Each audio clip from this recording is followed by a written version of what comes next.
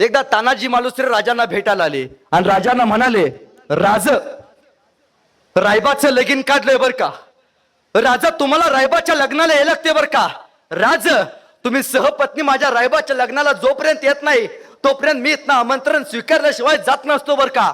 राजा म्हटला, अरे तान्हा रायबाचं लगीन काढला सोय, हा होय राज तुम्हाला यायला लागते बर का. अरे पण तान्हा कोंडाणा घ्यायचा म्हणतोय रे. सरदिशी मागे सरला तानाजी, अहो राज मी असताना मी माझ्या पोराचं लगीन करायचं तुम्ही लढाईत जायचं, एका मावळ्याला शोभा देत नाही. राज म्या जातो की हातातला पत्रिका फेकला. अरे पण तान्हा तुझ्या रायबाच्या लग्नाचं काय नाही राज, आधी लगीन कोंडाण्याचं मग माझ्या रायबाचं. खाली आला, घोड्यावरती बसला, पत्रिका फेकला, गेला गेला गेला गेला. तानाजी असा गेला. घड आला पण सिंह गेला.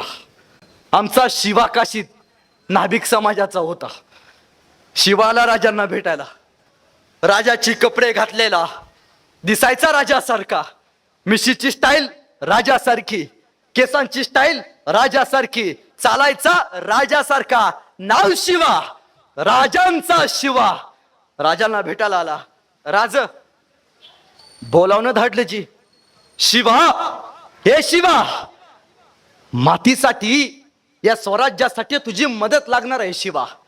राज मला कळाले, सिद्धीला भेटायला जायचं आहे. राज हा शिवा तुमच्यासाठी मातीसाठी स्वराज्यासाठी स्वतःचा प्राण अर्पण करायला तयार आहे. शिवा गेला. आपली 4 वर्षाची लेक जाताना त्या लेकीला शेवटचं बघितलं. बापानं लेकीला शेवटचं बघावं आणि अनंतात विलीन करावं याच्यापेक्षा मोठं दुःख नसतं. एका बापानं आपल्या लेकीला बघितलं, स्वराज्यासाठी शिवा राजांकडे गेला गेला गेला गेला. इतिहासात शिवाजी राजा म्हणून अमर झाला. आमचे बाजी काका, राजा म्हणाला, बाजी काका चला सोबत. नाही राज, लाख मेले तरी चालतील राज, स्वराज्य राहिलं पाहिजे, लाखाचा पोशिंदा जगला पाहिजे. राज म्या मेल्यानंतर इथल्या पिढ्या सांगतील, होय या स्वराज्यासाठी पहिली मृत्यूची पायरी बाजी प्रभू देशपांडेंनी बांधली. होय राज, एकदा संधी द्या शेवटची मरायला. ही माणसं मातीसाठी मरायला तयार व्हायची. हे ऐकल्यावरती आपल्याला भारी वाटतं, हे ऐकल्यावरती आपल्या अंगावरती काटा येतो. पण नाण्याची एक बाजू माहिती, नाण्याची दुसरी बाजू.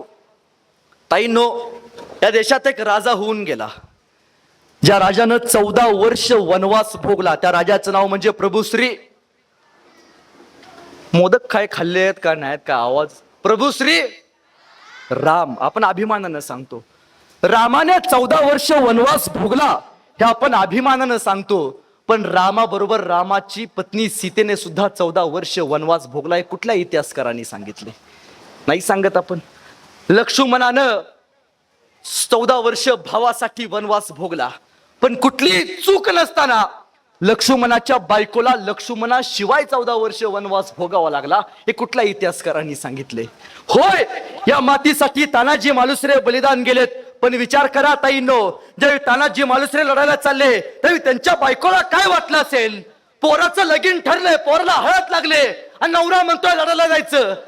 आताची एखादी असती म्हणली असती, काय दिले त्या शिवाजी राजानं, लेकाचं लगीन काढले, पाहुणा आल्यात, तांदूळ टाका, दुसरं कुणाला तरी पाठवा. नाही, तानाजी मालुसरेंची पत्नी म्हणते, तानाजीराव, हो तानाजीराव, तानाजीराव एक वेळ आपल्या रायबाचं लगीन नाही झालं तरी चालेल. तानाजीराव एक वेळ आपल्या रायबाचं लगीन नाही झाले तरी चालेल, पण तानाजीराव छत्रपती शिवरायांच्या कोंढाण्याचं लगीन लावल्याशिवाय तुम्ही माघारी यायचं नाही. एका बायकोनं आपल्या नवऱ्याला सांगितले हो. तो शिवा 4 वर्षाची पोरगी, त्यानं बापाला असं या मातीसाठी बलिदान दिलं. होय, या मातीसाठी इथल्या मावळ्यांनी बलिदान दिलंय. पण त्या मावळ्यांच्या सोबतच 395 वर्षापूर्वी महाराष्ट्र देशातील अनेक माई माऊलीने हातातल्या बांगड्या आणि कपाळावरचं कुंकू या स्वराज्यासाठी फोडून घेतलंय. त्यावेळी इथं बसल्या माई माऊलींच्या कपाळावरचं कुंकू रंगले. याचं कारण फक्त छत्रपती शिवाजी महाराज आहेत. मग आपण नेहमी सांगतो, महाराजांनी एक आपल्याला गोष्ट शिकवली, ती म्हणजे गनिमी कावा. काय शिकवलं? गनिमी कावा, गुरीला युद्ध तंत्र. गनिमी कावा म्हणजे काय? कान देऊन ऐका काय सांगतोय. महाराजांचा राज्याभिषेक झाला.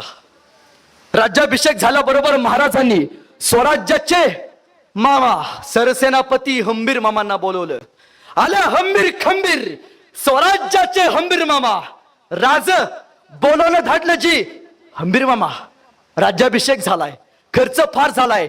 हंबीर मामा जागा काढा मोक्याची, अशी जागा काढा की ज्या किल्ल्यावरती बक्कळ सोनं असेल.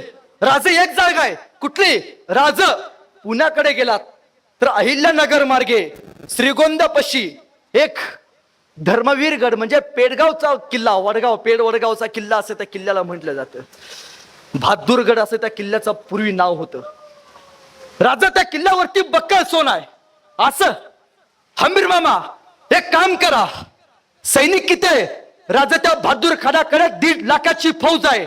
1.5 लाखाची फौज घेऊन बहादूर गडावरती बसलाय. आपल्या माय माऊलींच्या गळ्यातलं मंगळसूत्र कतल करून काढलेत आणि सोन्याचा ढीग, सोन्याची लंका त्यानं बहादूरगडावरती उभा केले. असं मग राजे सांगते झाले हंबीर मामांना, हंबीर मामा ती सोन्याची लंका कोळशाची लंका झाली पाहिजे. पण हंबीर मामा लढाई करायची, पण लढाईत एकाही मावळ्याचं रक्त सांडलं गेलं नाही पाहिजे. काय आत टाकली? लढाई करायची हंबीर मामा, पण लढाईत एकाही मावळ्याचं रक्त सांडलं गेलं नाही पाहिजे. हंबीर मामांना प्रश्न पडला, राजा कसं? तरी राजांनी सांगितलं, एक काम करा, जगातला पहिला गनिमी कावा तिथं चालू झाला. एक काम करा, तुमच्याकडे सैनिक किती? राजा माझ्याकडे 60,000ची फौज आहे. हंबीर मामा रायगडावरती 40,000ची फौज आहे. 60,000 आणि तुमचे 60,000 माझे 40,000 एकत्र केले किती झाले? 1 लाखाची फौज.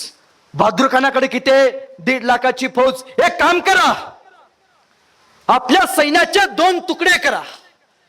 एक तुकडी 60,000ची आणि एक तुकडी 40,000ची करा.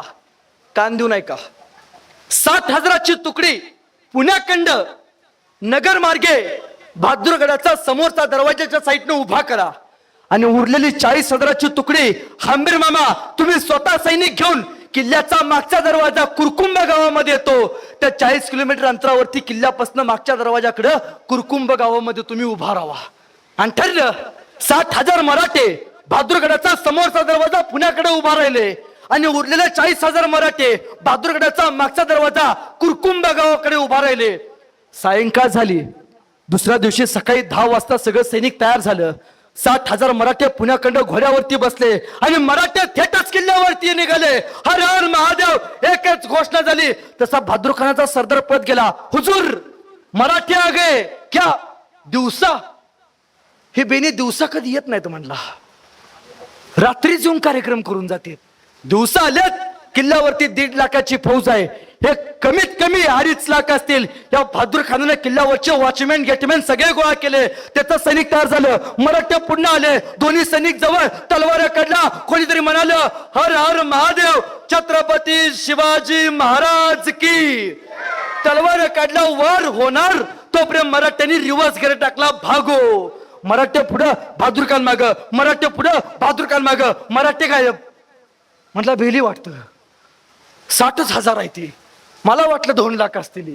तो बहादूर खान पुण्याखंड जितम जितम करत बहादूरगडाच्या जवळ आला.